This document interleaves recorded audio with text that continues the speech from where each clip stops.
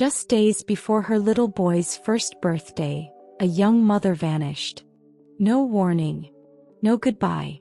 One moment she was ordering a cake for her son. The next she was gone. Months later, her body was found in the Nevada desert, shot multiple times, surrounded by fake money, and staged to look like the work of white supremacists. But nothing about this scene was what it seemed. The truth was far closer to home, and more sinister than anyone could have imagined. She was worth more dead than alive. This is not just a story of betrayal. It's a story of a secret worth $2 million, of a love triangle that turned deadly, and of a young woman whose trust cost her everything. Before we unravel this chilling case, subscribe to Unraveling Crimes. Because if you don't, you may never uncover the truths hidden behind stories like this. Truths the world wanted you to forget. Her name was Alice Sin. At just 21 years old, she had left her homeland in China to build a new life in California.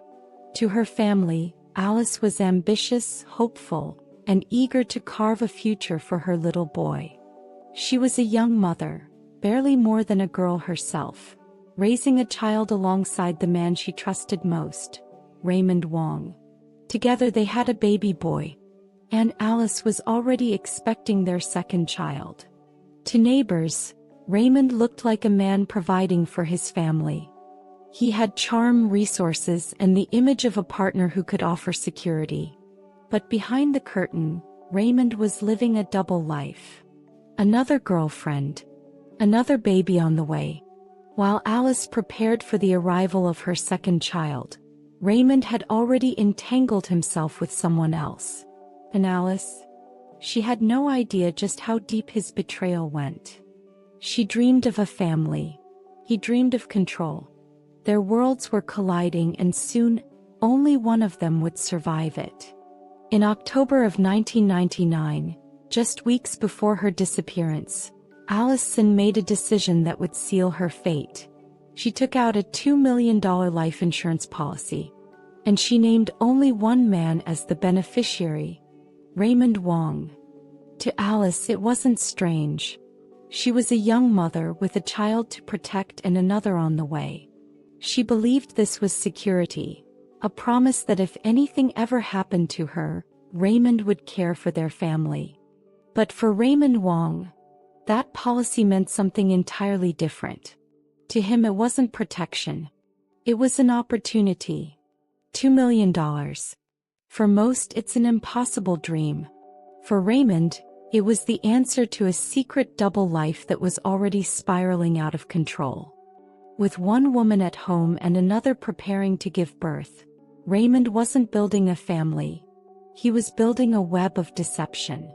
And when Alice unknowingly gave him the greatest leverage of all, a policy worth more than her life itself, her days were numbered. She thought she was planning for the future. But in reality, she had signed her own death warrant. And within a month of putting pen to paper, Alice Sin would vanish. It was the week of her little boy's first birthday. Alice Sin should have been decorating her home, preparing for cake and candles, filling the house with laughter. Instead, she vanished. On November 22, 1999, Alice set out to pick up the finishing touches for her son's celebration. She ordered a birthday cake. But that simple errand would be the last trace of her life. Her car was later found near the store, empty. Inside, nothing suggested a struggle. No signs of a fight. No goodbye note. Just silence. Alice Sin had disappeared without a trace. Raymond Wong told police he didn't know where she had gone. He claimed she had simply vanished. But behind closed doors, his actions spoke louder than his words. Just days after Alice's disappearance, another woman moved into her home. Jessica Tang, the second girlfriend, also carrying Raymond's child. While Alice's family searched in panic, Jessica unpacked her bags in the very house Alice had lived in. Alice's clothes, her possessions, her life, bagged up like trash and hidden away. as if she had never existed. For her parents, for her loved ones, every day was torture. Alice had promised to come home. He never did. Her baby was too young to understand why his mother didn't return. To him, her absence was just another long night. To detectives, it was as though Alice had been erased. But erasure leaves traces. And soon, those traces would lead far from Pinole, into the barren deserts of Nevada. She was missing, but she wasn't lost. Her story was waiting to be uncovered, in a place where no one was supposed to find her. 2 months passed with no sign of Alice.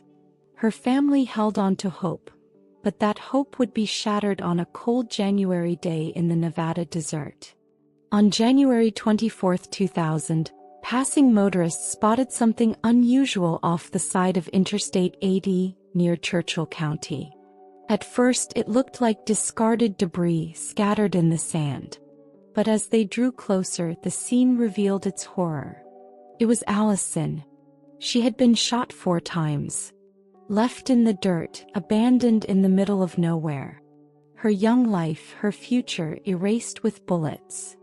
But what surrounded her body made the discovery even more chilling. Monopoly money.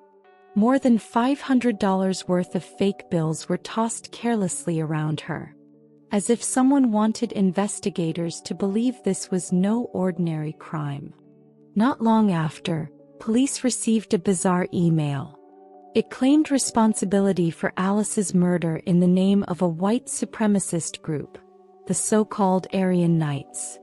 The staged scene, the fake money, the hate-filled message, all designed to point detectives in the wrong direction. But investigators weren't convinced. Hate crimes leave scars of chaos and rage. This scene was too neat, too calculated. It reeked not of hatred, but of orchestration. In the cold sand of Nevada, Alice's body told 2 stories. The first, written by her killer, was a lie meant to mislead. The second, hidden beneath the lies, was the truth. And that truth pointed back to someone far closer than anyone wanted to believe. The desert told 2 stories. The first was chaos, a hate crime painted with fake bills and false claims. But investigators knew better. Real hate crimes are messy, impulsive, brutal. The scene was too perfect, too rehearsed, too staged. Who stages a murder with monopoly money? Who goes to such lengths to divert suspicion? Detectives believed the answer lay not in the desert, but back home in Pinole. Raymond Wong denied involvement. He claimed Alice simply vanished, that he knew nothing. But his calm exterior could not conceal the cracks forming beneath the surface. The so-called Aryan Knights email? Traced, not to a hate group, not to a violent extremist, but to a cybercafe Wong had visited during a business trip. The hate crime was a hoax, a cover story, written not by strangers, but by the man Alice trusted most. And what they uncovered was even darker. Hidden among his possessions, investigators found disturbing material, evidence of child exploitation. It was a crime unrelated to Alice's murder, but it painted a chilling portrait of who Raymond Wong truly was. While Alice's family prayed for justice, Wong was convicted on child pornography charges and sent to prison. But Alice's murder? That case went cold. The truth was there, buried beneath deception, but not yet strong enough to stand in court. For more than a decade, Alice's story sat in silence. Her killer locked away, but not for her murder. Her children are growing up without their mother, while the world forgot her name. Think about that. A young woman slaughtered, her death staged like theater, her killer hiding in plain sight. And for years the system let her case gather dust. This is why Unraveling Crimes exists, to give voice to those silenced. Don't turn away. Don't let Alice be forgotten.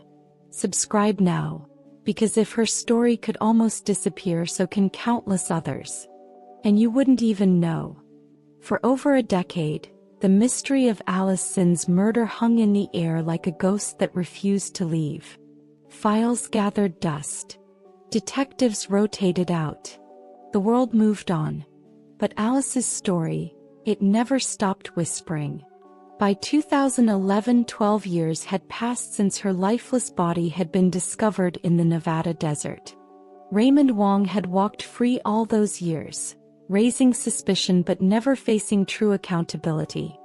He had married, lived, and breathed as though nothing had happened, while Alice's family was left to choke on silence and grief. Then, fate cracked open the case.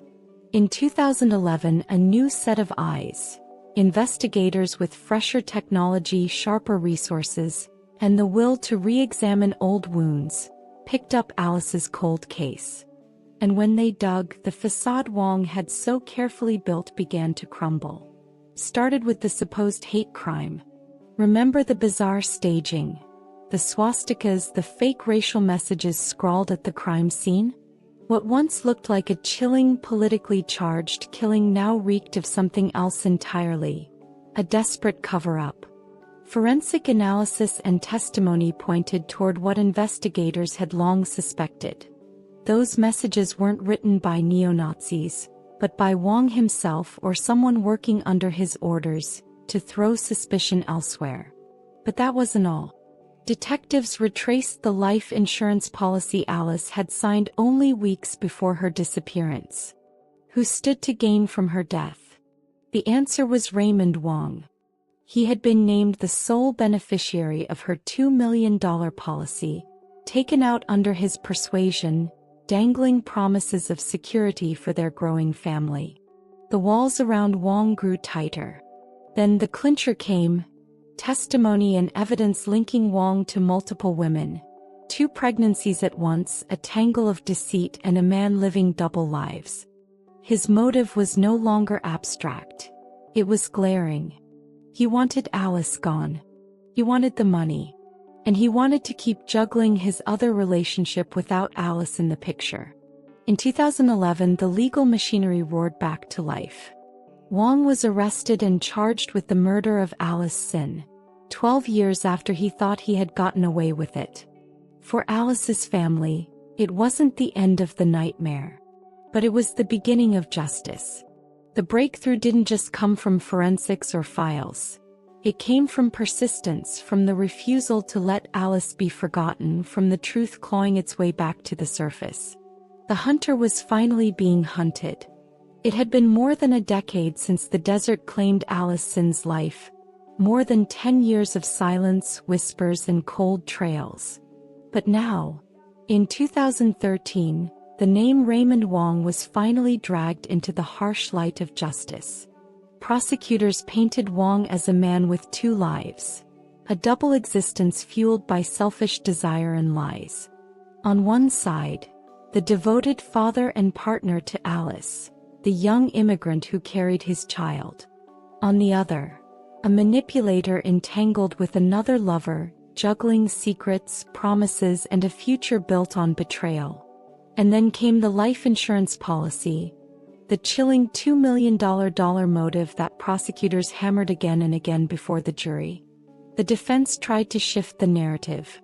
They claimed there was no concrete evidence tying Wong to the Nevada desert, no fingerprints on the shell casings, no direct witness to the killing. But the prosecution didn't need a smoking gun. They had something far more powerful, a tapestry of lies unraveling in real time. Detectives recounted Wong's early statements, the contradictions that piled up, the elaborate staging of Alice's death as a hate crime gone wrong. Forensic experts testified about the body, the clothing, the desert staging, how it all reeked of orchestration, not randomness. And then there was the haunting silence from Wong himself. No grief, no urgency, no frantic search for the mother of his child. Just a cold calculation. They weighed the evidence. And slowly the image of Raymond Wong as a grieving father shattered, replaced by the truth of who he really was. A man who valued money over life.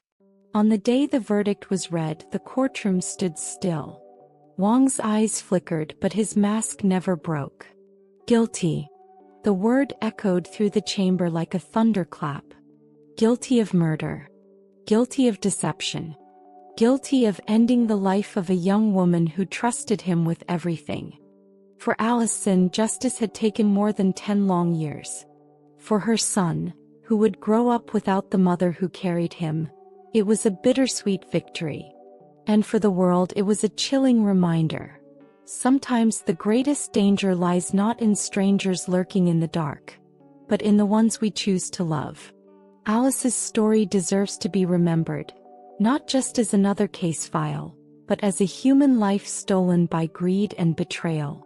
If you believe her voice still matters, honor her memory by subscribing to this channel. Together we will continue to shine light on the stories of those silenced too soon. Justice in the end came slowly. It took over a decade for the truth to fully catch up to Raymond Wong. But when it did, it left a trail of devastation that could never truly be repaired. Alice's family, who had crossed oceans seeking hope in America, were left with the unfillable void of her absence. Her little boy, who had once run into his mother's arms, grew up in the shadow of headlines instead of bedtime stories. He would never truly know the warmth of the woman who gave him life. Her unborn child never even had the chance. And the cruelest truth? Raymond Wong had not only stolen Alice's life, but shattered generations of possibility. The $2 million insurance policy, once the bait that lured Alice to her death, was left as a chilling reminder of how greed can twist love into something monstrous. Even after Wong was sentenced, many asked, why did it take so long? Why did Alice's pleas, her quiet cries for help, her life itself, fall victim to the blind spots of a system too willing to accept lies on the surface? Because beneath the gruesome staging of a hate crime, beneath the layers of deception, lay a simple, timeless truth. Evil often wears a familiar face. Alice's sin became a name etched not just in case files, but in the memory of every mother, sister, and daughter who has ever been betrayed by someone they trusted. Her story is a chilling echo of how vulnerability can be exploited, how love can be weaponized, and how silence can cost a life. But there is also resilience here. Her family never stopped pushing for answers.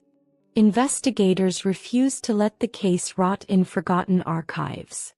And when evidence finally resurfaced in 2011, it proved that even buried truths can claw their way back to light. Alice's legacy is not just of tragedy, it is of warning. A reminder that justice delayed is not always justice denied. A reminder that behind the statistics of domestic violence and betrayal, there are real faces, real futures stolen too soon. And tonight, as we close her story, we do not let Alice vanish into the desert wind again. We say her name, we remember her, and we vow not to look away the next time someone's life quietly hangs in the balance. Because in the end, Allison should have been safe, and she should still be here. If this story shook you, if it made you think twice about the darkness people can hide behind, don't let Alice's name fade into silence. Share her story. Keep her memory alive. And subscribe to Unraveling Crimes, where we continue to give voice to those who were silenced far too soon. Allison was only 21 years old. A young mother. A daughter. A woman who deserved to grow old and watch her children live the life she never got to see. Instead, her story was stolen by greed, betrayal, and the darkness of a man who thought love was something to be exploited for profit. Her case reminds us of something haunting, that sometimes the greatest danger doesn't come from strangers in the shadows, but from those we let into our hearts, from those we trust the most. Tonight, as we close this chapter, remember Alice. Remember her laughter, her innocence, her unfulfilled dreams. And remember that behind every headline, every courtroom verdict, there's a real family left with scars that never fully heal. If stories like this strike you, if they make you think twice about trust, about betrayal, about the fragility of life, then don't just click away. Subscribe to Unraveling Crimes, because together, we give voice to the silenced and ensure their stories are never forgotten.